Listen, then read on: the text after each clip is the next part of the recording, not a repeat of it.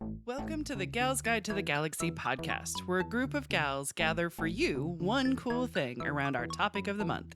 Is it ancient history? Is it breaking news? Is it safe for work? Well, that's up to each gal. All we know is that... Fasten your seatbelts. It's going to be a bumpy night.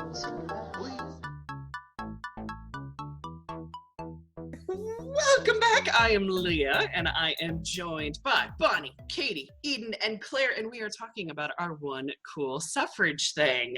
So, I've got a glorious list of things here that everybody talked about. So, Eden talked about Frances Harper, and Claire talked about the Statue of Liberty and Matilda Gage. Sorry, the Statue of Liberty protest. That part's important. And Matilda Gage. Bonnie talked about suffragettes on the move. I love it. And Katie talked about Alice Paul. Did I get them all? Yep. What did I win, Alex? All right, so. Balloons. I like it. I win votes for women. That's what I win. Sweet. But before we dive back in, let's get to know something random about our gal pals. So I have basically like a mean little quiz where we just kind of get to shout out things. Did you know that 14 states women could actually vote before the 19th Amendment? We're talking as early as 1890. There were some states where women could actually vote. And I thought I'd throw it out there and see how many of the states we can name. All right. Wyoming. Wyoming. Say, yes. in unison, everyone Done. say Wyoming. Wyoming was the very first one. That's the 1890 one where women could actually vote. There you go. Okay, so we've got Wyoming. 13. Here we go. My sarcastic answer is not enough, but my real answer Correct. is South Dakota. Correct. In 1918, South Dakota women could vote. Yes, correct. New York. New York. Yes, 1917. New York. Wow. California. Yes. California. Yes, 1911. Women could vote in California. Utah. Utah. Yes, 1896. Women could Oregon. vote. Oregon, no. But also, it might not have been a state yet. Oh, that's true. You know what I'm saying? Because I know like Alaska took a Yes. little bit of time. So that might be on there. I think 48. There was 48 by 1920. Okay, gotcha. Okay. So then we didn't have Alaska and Hawaii. So it would have been Yes. Oregon. Okay, gotcha. So then that would have been later. Let's see, we've got a few more. Oh, wait, hold on. Holy crap, there's Oregon sitting over there in 1912, just over kind of by his little some side there. Sorry, Oregon. Got it. Sorry, Oregon. Sorry, Oregoners. Oregoners? I don't know. No. Well, if we said Oregons. if we said South Dakota, what about North Dakota? North Dakota, I do not have on here. Okay. Right, exactly. Is But Minnesota South Dakota, one of them? Minnesota is not one of them. Okay. Idaho. South Dakota was more progressive than Minnesota once. Whew. I know once, right? Idaho That is one's on there. 1896 is Idaho. Yes. Montana. Montana is 1914. Yes. Okay. How many are we on? Washington State. Washington State, 1910. 1, 2, Okay. 3, 4, 5. We have 6 left. Oh, 6. Nevada. Nevada, yes, 1914. did anybody I'm trying say to picture Texas? the map in my head. Nobody Oh, has one said with Texas. the And torch Texas, leading the way. right? Texas is not on there, actually. Oh, yeah, my internet Yes. cut out, so I'm behind the game. I know exactly. You're like going, I'm going to mention states that people have mentioned before. What about Colorado? Yes, Colorado, 1893. All Yeah, right. relatively early on. Do you guys want to know the last of them? Wait. How many How more about we New got? Mexico and Arizona? Arizona, 1912. And New Mexico, no. Oh. We have 3 left. Dun, dun, dun, dun, dun. Do you want to know what they are? No, not yet. Bonnie's like, I love the game. She loves a game. What about Ohio, or was that only partial? Ohio, no, wasn't before the 19th Amendment. Yep. Missouri? Nope, not before the 19th Amendment. Hmm. Yeah, Missouri. Indiana got partial. 1917, women could vote for the president, but not full on voting I rights. think Yeah. it was the Illinois? same- Nope. it's the same for Illinois is not on there. Hmm. I know 3 there's left. A lot of Western states. Maine. No. Did anybody say Kansas? Kansas is one of them. There you go. Kansas. Down to 2. 2, I will say, middle section. Central-ish. Oklahoma. Michigan. Both of them. Michigan and Oklahoma are the last 2. Oh, nice. You killed it. Look at that. That is the 14 state. And I'll put a list in the show notes of all of those. Cool. But those are the states where women could vote prior to the 19th Amendment. That is still not, of course, all of the states. So, you know. Right. But yes. Sweet. Oh, I love it.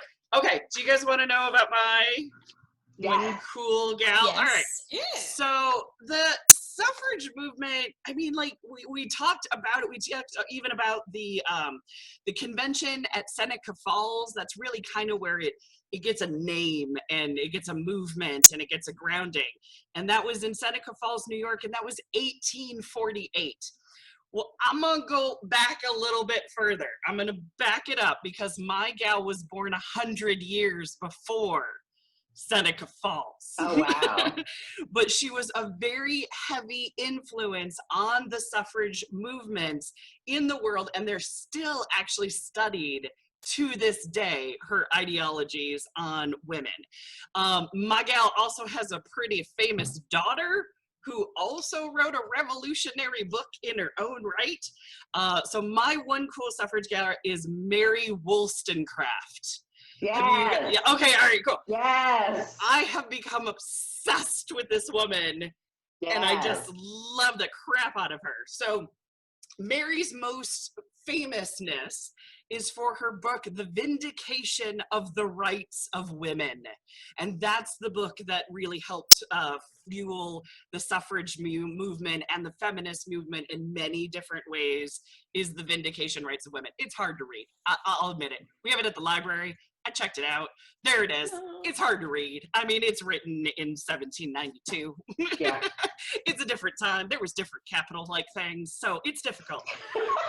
But I just read other people talking about what it's about, and that really, really helps me. So now when she first published it, she published it under her initials, MW.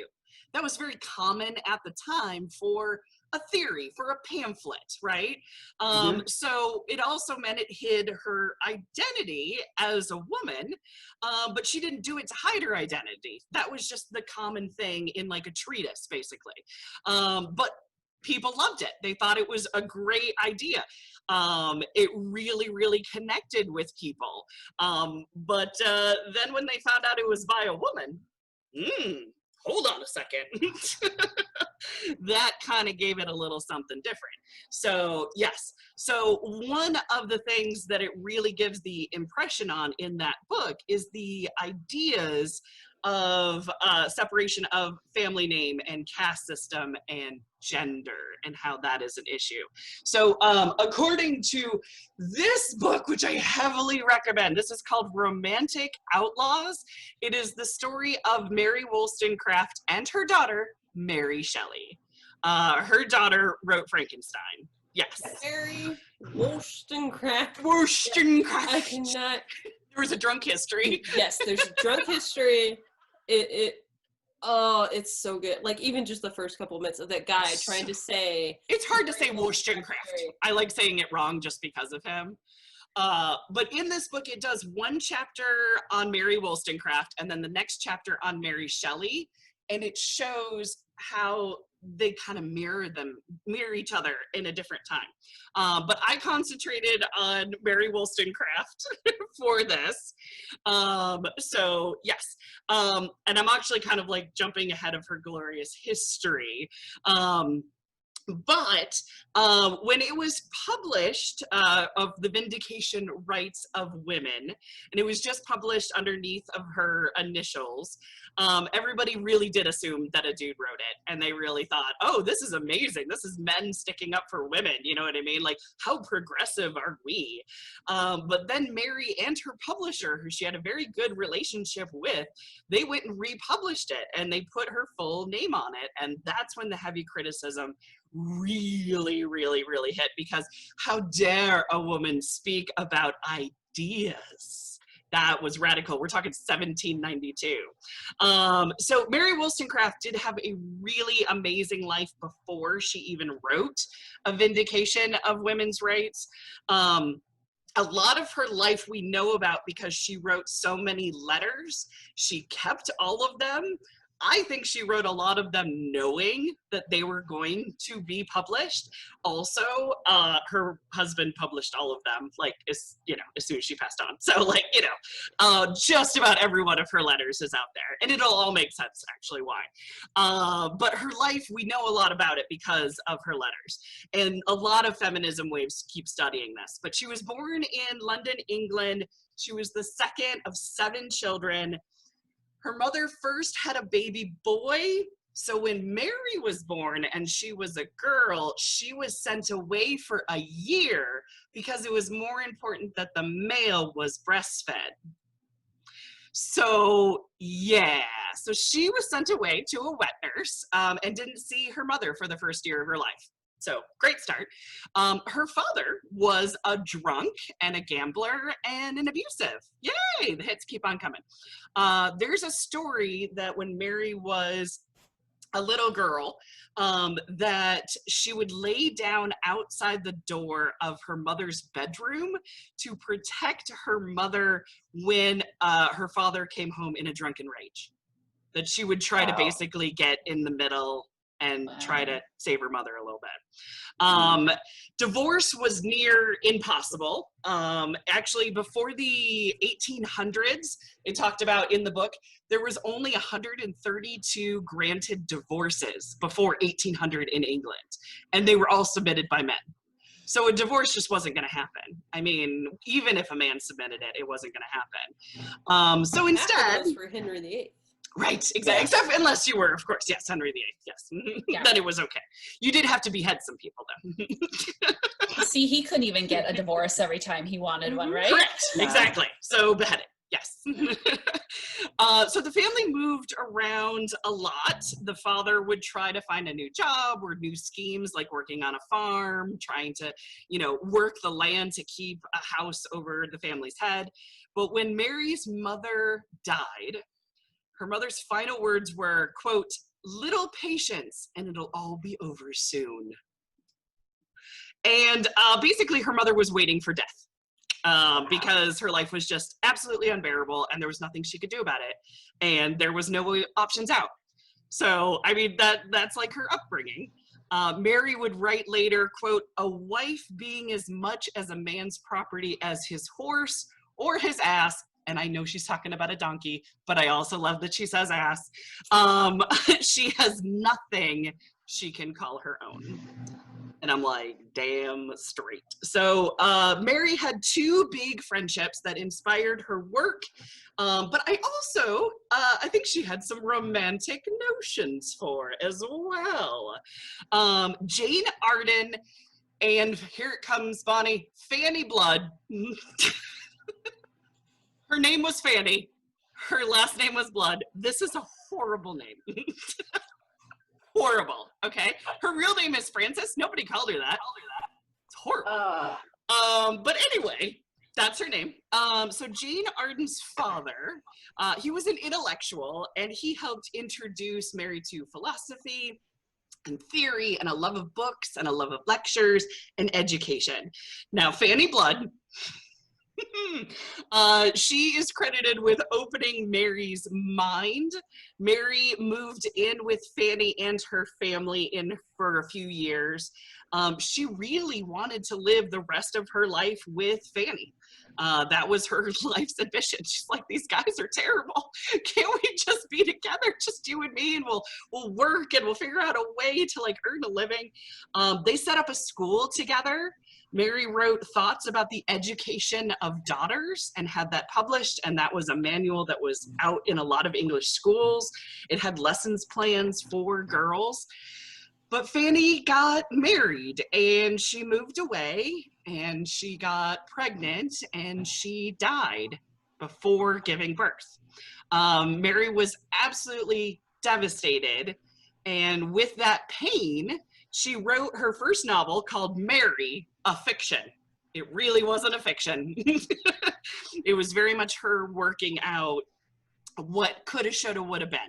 That if Fanny didn't get married, if she didn't get pregnant, if she had those freedom of choices and didn't feel trapped in that dynamic, what shoulda, coulda been. The school failed. Mary would continue to write, and she would be a governess, and she went to Ireland for a while. She'd make her own money, and there was this revolutionary idea that she could make her own money on her own and not have a husband. Because we're talking 1790, this kind of crap just doesn't happen. She moved to London, and she got a job working for Joseph Johnson, who was a intellectual publisher at the time. So Mary, she translated texts, she wrote book reviews, and she wrote her own books, and she made a living. She would attend very famous dinner parties with the likes of Thomas Paine, who wrote Common Sense, William Godwin, and Henry Fuseli the painter. She started an affair with the married Henry Fuseli, of course she did, and it really didn't work out. She really tried to offer and convince a menage a trois, where he could stay married and she would just kind of be the girlfriend to the relationship, kind of Wonder Woman style. I'm just saying. But for some odd reason, that didn't work out, and that was a laughingstock. So Mary decided to go to France, where there was this really interesting revolution happening. So at the time, it was a very interesting revolution, but then pretty soon her friends were being imprisoned and people were losing their heads. That's when Marie Antoinette lost her head, So things turned pretty quickly while Mary was there. In this time, though, this wonderful dude named Edwin Burke wrote a book called The Vindication Rights of Men. And Mary went, well, this sucks and is stupid. So she wrote a vindication of the rights of men in a letter to the Right Honorable Edmund Burke. So basically, she published a book that was a retort to his right honorableness. I thought it was hilarious. So this was 1790. And first it was published again anonymously. And then the second edition revealed her name and she became quite famous. That was then followed up 2 years later by her Rights of Women, the Vindication of the Rights of Women. So yeah. Now, unfortunately, she fell in love with an American douche canoe, and that's really what he is. I'm just saying, he's horrible. His name was Gilbert Imlay, and he promised her that they were going to go back to America. They were going to live in the wilderness. They were going to have their own farm. He told her that in America, women have so many rights. They didn't then. They didn't like in 100 years from then. Like, he was lying out of his teeth. So he just kept saying some magical unicorn shit, just like really, really hoping that, Mary would stay with him. Oh, he was married. He forgot to mention that he was also married, but he was a very important businessman who would just go on all of these business adventures. And yeah, so on these business adventures, really, he was with a whole bunch of other women. It took 2 years for this guy to poof, to fully leave, but in that time, Mary became pregnant. So they can't really marry because he's already married. So they were married is what they told everybody, but there was no paperwork. There was no legality. Her child was illegitimate. So that doesn't go over well. He would always say he's on important business dealings. It always was somewhat shady of whether or not it was legal. It was a lot to do with the English and the French and the Revolutionary War that was happening and things like that. So who knows if it was weapons and stuff like that. She named her child Fanny. So good, that continued. After her glorious friend who she wanted to spend her life with. Her baby Fanny was very sick during the first year of her life. The pox was going around. The baby did not get the pox, but it was very much a worry of whether or not don't want to get the pox. And of course, apparently her husband was, also on again, off again on the prowl going around the town. It was great. She was most certainly suffering from postpartum depression. Like, it's obvious. It's in her letters. Like, she's manic one day and everything is terrible the next day. She's exhausted. She's tired. It's just absolutely like clinical postpartum depression that she is suffering with on her own. But she did write more books. She published a historical and moral view of the French Revolution in 1794. And then she left France and she tried to be with the douche canoe, Gilbert. But he had found somebody even newer. Yay. So she tried to kill herself. He felt bad. And then they went to Sweden together to try to help out with some business dealings, and the relationship just like exploded. The interesting thing is they wrote a lot of letters to each other back and forth. And almost all of Mary's letters were kind of like court documents of how he treated her and what her theories were and what she deserved. She was presenting her case to the world of their relationship to be able on such a date to call his ass out.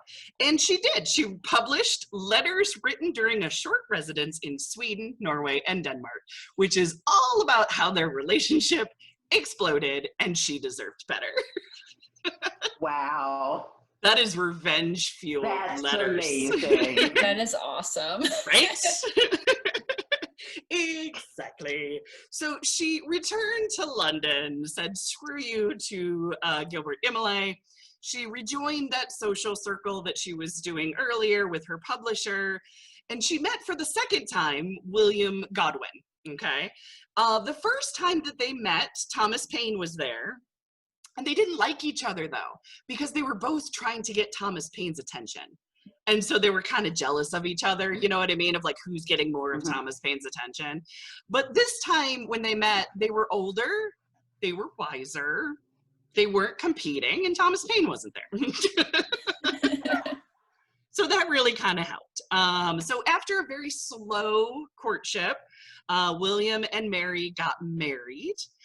Their first, it was actually her first and only legitimate marriage relationship that she had.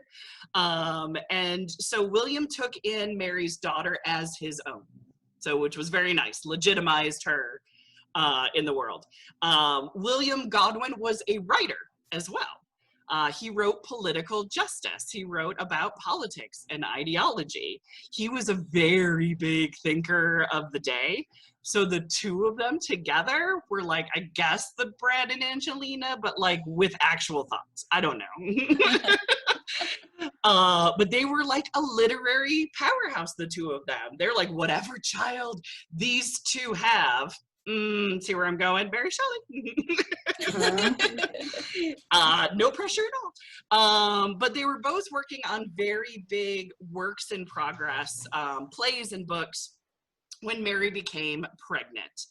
On August 30th, 1797, Mary Wollstonecraft gave birth to who would marry and become Mary Shelley, the author of Frankenstein. Mary Shelley, unfortunately, would never get to know her mother, though, because Mary Wollstonecraft died 11 days after giving birth to Mary Shelley. The doctor didn't wash his hands after giving birth, and she got an infection that was so common it was known as childbed fever. Oh, wow. It was just from not washing your hands. Yeah, at that time, wasn't it women who went to the hospital and gave birth had a higher chance of dying than just at home because of the non-hand washing? Correct. And midwives, if they had a midwife, it was more common to have a safe delivery than it was to have the doctor called, because the doctor didn't see washing his hands as important where the midwives did. No, and when they do autopsies in the hospital, and they're like, oh, it's time to give birth. Let me touch you. Oh, let me go from this autopsy to this delivery. And it's like, no. Horrifying. Yeah, so because of that, Mary Shelley didn't have a mom. And so she grew up reading her mother's letters. That is how she learned about her mother.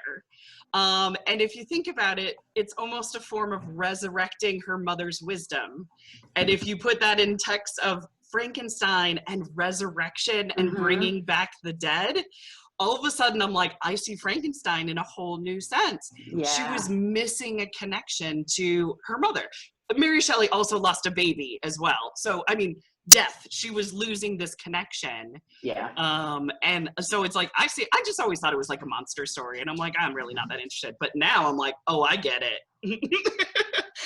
I get it. So there really is much more about Mary Wollstonecraft, her mother. The library has books and books of her letters.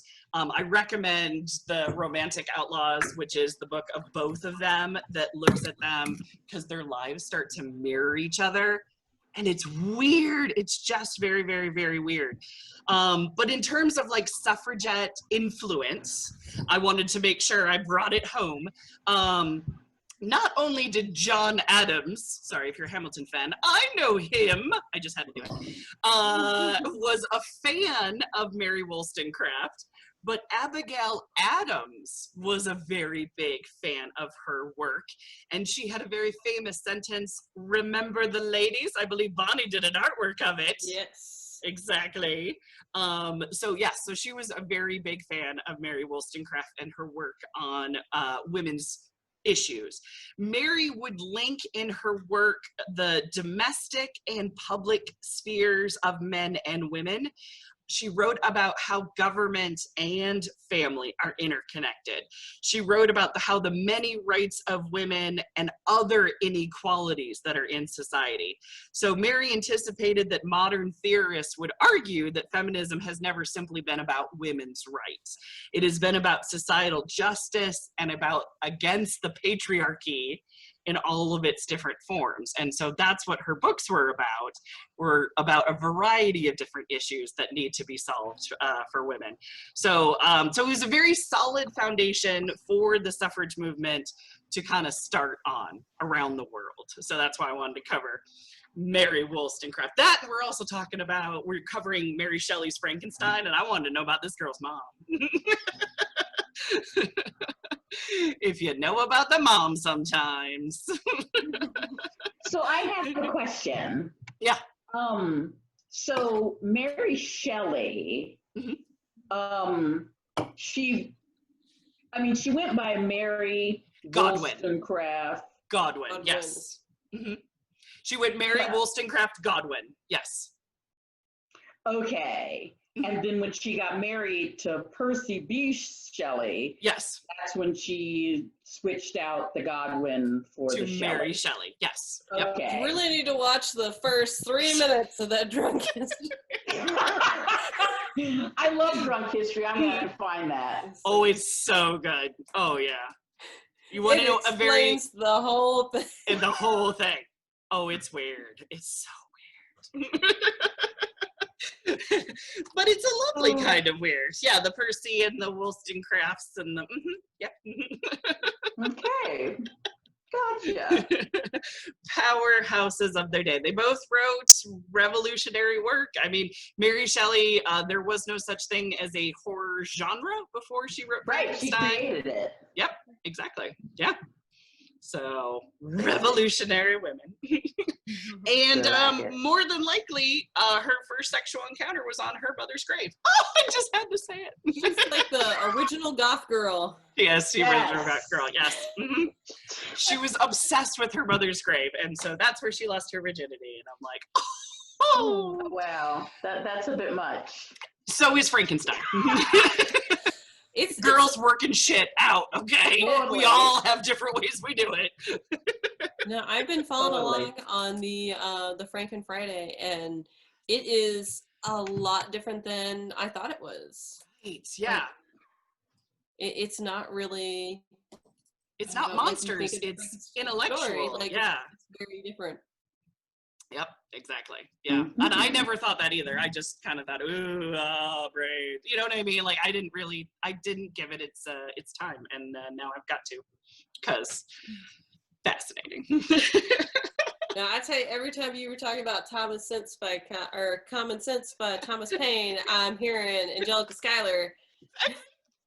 Some people think that I'm nuts or I'm insane. Yes, exactly. Yes. I do love me some Hamilton references, and I love that more people know them now. Absolutely. Now, I'm not the only crazy person in the yards going, I'm going to go to work. Every day, that's what I say. I'm going to go to work, and then my daughter goes, Angelica! And Peggy! Exactly. Freaking love Peggy. I know. Oh, here's a good story about Peggy. She defended her house with an axe. Peggy was a badass. Yes, exactly. There was somebody trying to kidnap their father, and Peggy started running down the stairs with an axe and scared them away. I like it. She's badass. That's good stuff. Yep, but yet in the musical, and Peggy. Sure, whatever. All right, you want me to wrap this glorious month up of suffrage? Sure. Sweet. All right, well, that wraps up Suffrage Month. Join us next Monday when we batten down the hatches, when we set sail for treasure, because it be Pirate Month, y'all. I forgot about Pirate Month. Thank you for listening. Hey, matey. For show notes, links, and images from this week's show, visit galsguide.org. Want exclusive stuff like deleted bits and major bloopers? Become a Gals Guide patron today. Thanks for listening.